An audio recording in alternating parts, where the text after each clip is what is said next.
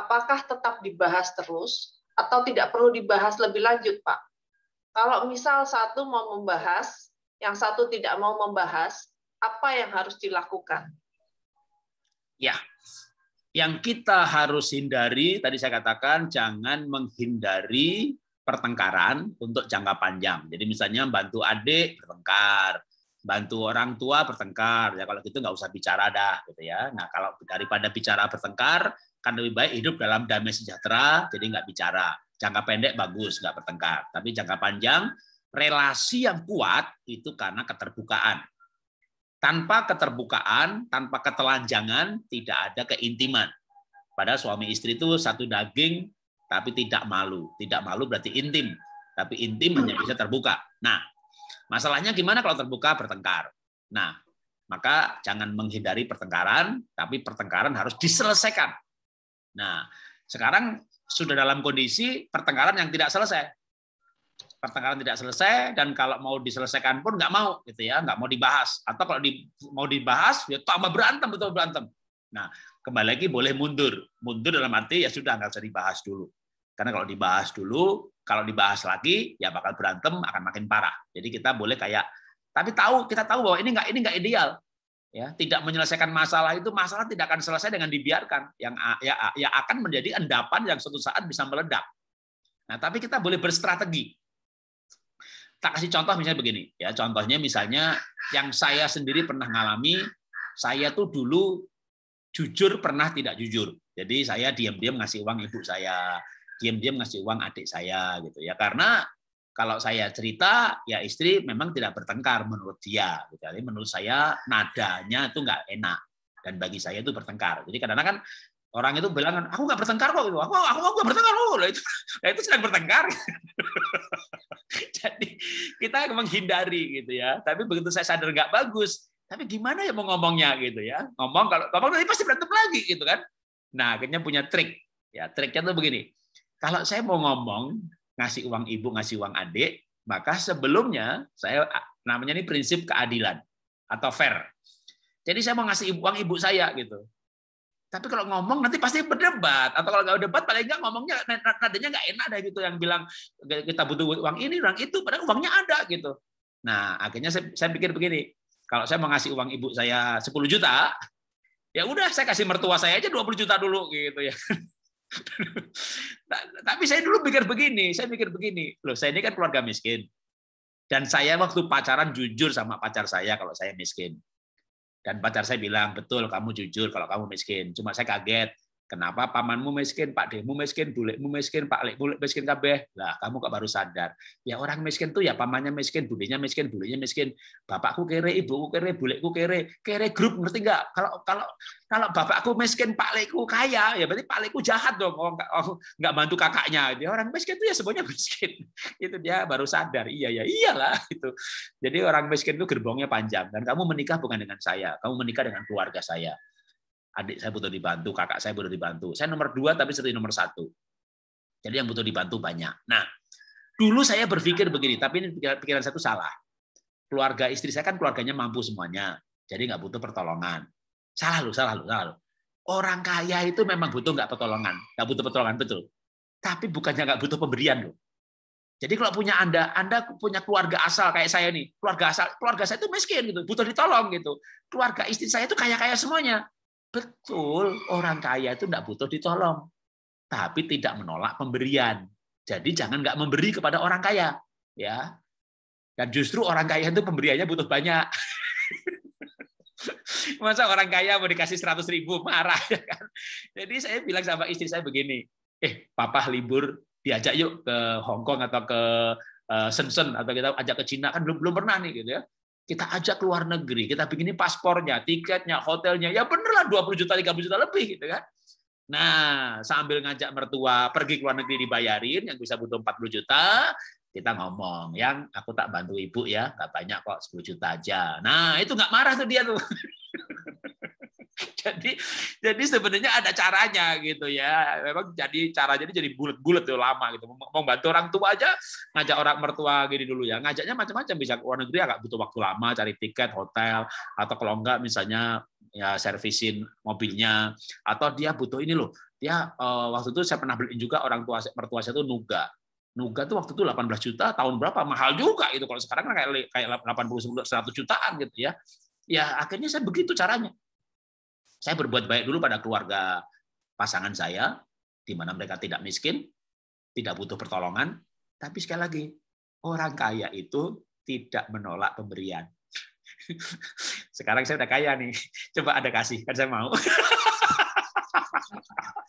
Jadi ingat ya, keluarga pasangan Anda kaya itu tidak butuh pertolongan, betul, tapi mereka tidak akan menolak pemberian. Jadi kalau menurut saya, kalau misalnya yang jadi pertengkaran itu soal bantu keluarga, ya caranya begitu. Nanti tinggal cara yang lain ya disesuaikan prinsipnya. Dan nanti gini, memang ini keadaan membuat kita gitu ya, betul-betul jadi orang baik itu ya baik beneran, baik tenanan gitu loh ya. Dan nanti saya kan waktu itu kan kita pernah bertengkar misalnya gini. Loh, kamu tuh bohong, bukan bohong sih.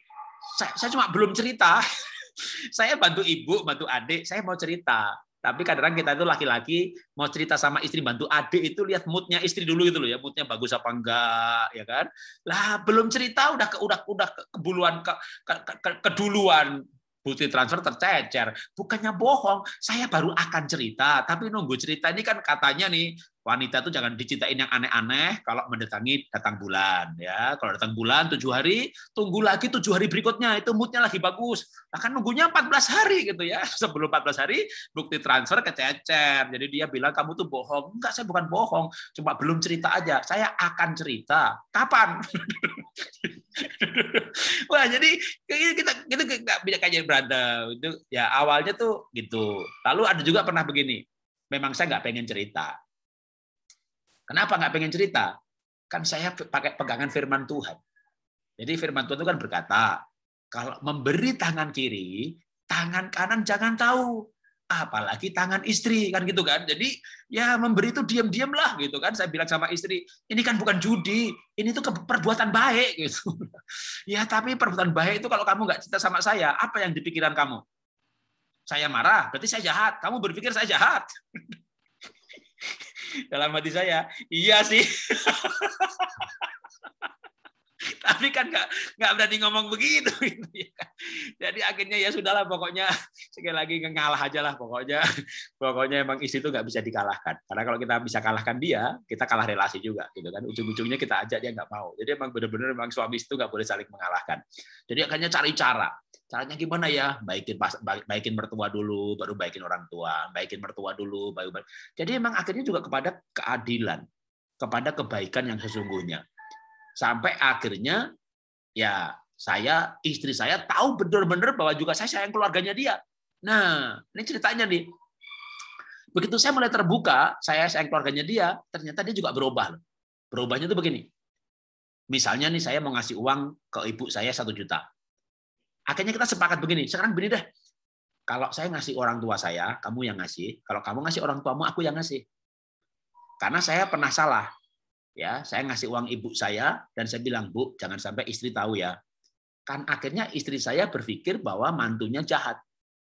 Apalagi saya Jawa, istri Tionghoa. Adik saya ngomong, ya jahat lah, Cino mah pelit kabeh gitu. Jadi adik saya sempat ngomong begitu. Nggak bagus buat istri saya. Ini kalau diterusin terus, makin runcing nih. Akhirnya saya bilang sama istri, nah kadang-kadang kita perlu rapat serius. Ini kita nggak boleh terus-terusan begini. Pernikahan kita dalam bahaya. Kalau saya ngasih ibu saya, kamu yang ngasih. Saya ngasih adik saya, kamu yang ngasih. Kalau kita pulang kampung, ini amplop-amplop saya udah sediakan, ya kamu yang ngasih. Itu. Saya udah siapin tuh buat ibu, buat adik, udah amplop tertutup rapi, tinggal ngasih. Loh, namanya istri, tinggal ngasih dibuka loh. Ini sudah disiapkan, tinggal ngasih, dibuka lagi, dihitung. Aduh, perempuan, makhluk ajaib betul. Tinggal ngasih, dibuka loh. Lalu yang untuk adik-adik nggak dibuka, tipis. Yang untuk ibu dibuka. Aduh, dihitung 1 juta. Terus istri saya ngomong, kok 1 juta? Emang kenapa? Kalau nggak ikhlas, ambil separuh, nggak apa-apa, ambilan. Nggak begitu sih. Terus kenapa? Kasihan. Saya tambahin 500.000 ya. Sama istri saya ditambahi, saudara, ditambahi. Wah, itu saya kaget. Itu momentum. Jadi istri saya juga menunjukkan kebaikan. Nah, di sini terjadi saling ya. Dalam kasus yang lain mungkin nggak begitu. Diambil benar 500.000, nggak apa-apa. Kalau dalam kasus yang lain diambil nggak apa-apa. Ikhlasnya berapa? Dalam kasus saya, nah di sini saya mengapresiasi istri saya. Dia justru nambahi. Nah, itu membuat saya gini, ngapain sembunyi-sembunyi? Ngapain sembunyi-sembunyi kalau dia memberi lebih baik? Singkat cerita, saya menikah 31 tahun. Saya tuh pernah tidak jujur atau sembunyi-sembunyi itu 10 tahun ada loh.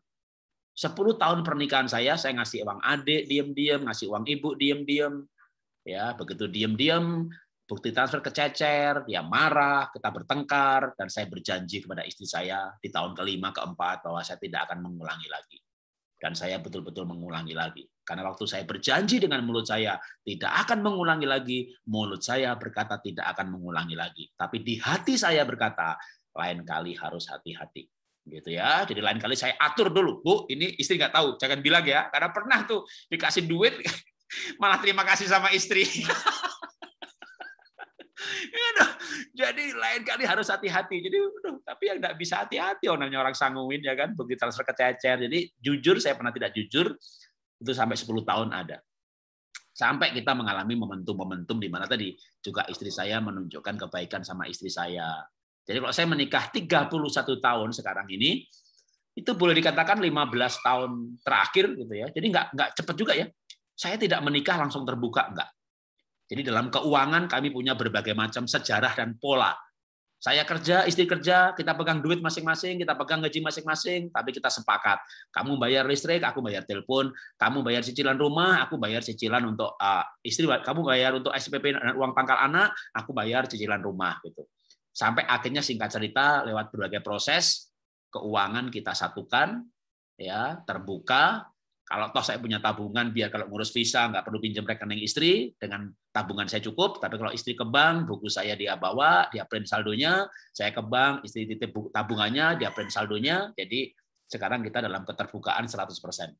Bahkan sekarang saya lebih banyak duit yang masuk ke istri semuanya, lalu ada beberapa yang masuk ke saya pun, itu tadi kalau saya ke bank, istri ke bank, dia print. Jadi kita dalam keterbukaan. Tapi itu prosesnya panjang. Dimulai dengan kita saling merahasiakan, kita menghindari pertengkaran, sampai akhirnya kita bertengkar secara profesional, nggak bilang Jawa lo, Cina lo, karena memang saya Jawa, istri Tionghoa.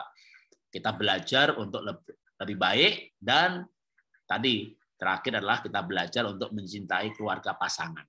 Jadi menikah kayak saya ya, beda suku, beda budaya ini memang cukup berat gitu ya. Budaya yang bagi kita pemborosan, bagi mereka biasa saja. Dan kan kadang kan kita tuh menilai keluarga pasangan kita gitu ya. Misalnya kita dari keluarga yang sederhana, hemat, kalau punya duit ya nolong orang lain. Lalu kita lihat keluarga yang lain jarang nolong, tapi menikmati hidup gitu ya, makan di restoran yang cukup bagus dan nikmat. Saya dulu pertama kali makan di restoran tuh menderita loh. Karena merasa bahwa ini kemewahan, ini pemborosan. Coba makan di restoran saya diem aja gitu. Istri tanya, kenapa kamu diem aja? Ini tempe kenapa 20.000? Ini di pasar cuma 5.000 ini. Istri saya bilang, kamu tuh diberkati, kantongmu kaya, hatimu miskin. Hidup ini dinikmati gitu loh, menikmati hidup itu. Tapi ini bukan menikmati, ini pemborosan. Saya dulu kalau ke restoran menderita, Bapak Ibu. Loh, padahal saya tadi bilang, waktu saya punya usaha di puncak sebelum saya bangkrut ya, kita punya omset satu bulan tuh 40 sampai 50 miliar. Dan produknya tuh fashion, kosmetik, itu margin bagus banget. Dipotong pajak, potong pegawai segala macam, itu masih bisa untung bersih 10% itu masih bisa. Tapi saya itu memang orang-orang kampung yang merantau ke Jakarta, punya omset miliaran pun ya baju batik yang selosin cuma 1 juta, nggak pakai jam tangan. Jadi bangkrut apa enggak juga sekarang banyak orang nggak. Saya nggak lihat bedanya Pak Jarod bangkrut sama enggak. Ya karena memang hidup begini gitu. Tapi hidup begini itu juga masalah bagi orang lain loh. Dulu juga masalah bagi istri saya. Saya dianggap terlalu sederhana. Bahkan saya dianggap masalah bagi anak saya. Saya pernah dibilangin istri, kamu tuh nggak punya karunia menikmati deh. Kayak budak aja kamu tuh kerja ya. Saya senang kamu duitnya banyak, tapi kamu tuh baju juga kayak gembel. kolor kayak gembel, mobil juga nggak baik gitu ya. Makanya saya dianggap orang yang tidak bisa menikmati hidup. Bahkan anak saya pun cepat ngomong begitu gitu. Nah, ini memang kenapa? Karena budaya yang berbeda, budaya keluarga asal. Tapi sebaliknya, bagi pasangan kita mungkin itu hal yang biasa, bagi kita mungkin hedonisme, bagi kita mungkin foya-foya. Jadi kadang-kadang kita dengan mertua atau dengan keluarga pasangan itu hanya benturan nilai-nilai seperti ini. Nah, sekarang yang penting begini, ketika menghadapi mertua yang begini, ipar yang begini gitu ya, bagi kita itu intervensi, bagi mereka itu keakraban. Makanya jangan heran kalau misalnya suami itu kan membela orang tuanya, membela adiknya. Bahkan mungkin suaminya akan berkata, kamu tuh yang salah, otak kamu yang harus dirubah gitu. Kenapa? Bagi mereka itu keakraban, bukan intervensi. Bagi mereka itu hormat orang tua, bukan mertua yang intervensi. Jadi kadang-kadang di situ ada beda nilai-nilai. Makanya sekali lagi tadi seperti mutiara yang menyesuaikan diri, termasuk menyesuaikan otak kita dengan gaya hidup pasangan. Kita sendiri menikah berarti harus bersedia membangun budaya baru. Saya mau tinggalkan budaya keluarga saya, lalu bangun budaya baru. Dengan demikian nanti permasalahan itu selain pertama dihindari kalau bertengkar, tapi setelah dihindari segala masuk kembali dengan triknya. Kalau misalnya tadi soal bantu orang tua, kita baikin orang tuanya dulu, baru bisa bahas tanpa bertengkar. Nah, yang terakhir sebenarnya adalah dengan menyesuaikan diri. Supaya masalah yang sama tidak berulang-ulang. Soal antara sederhana, atau mewah, atau hedon, atau memang bukan hedon, karunia menikmati. Loh, saya mengubah otak saya bahwa ini adalah karunia menikmati. Itu lama sekali. Karena memang saya lahir di keluarga miskin. Waktu saya kecil saya jualan es lilin.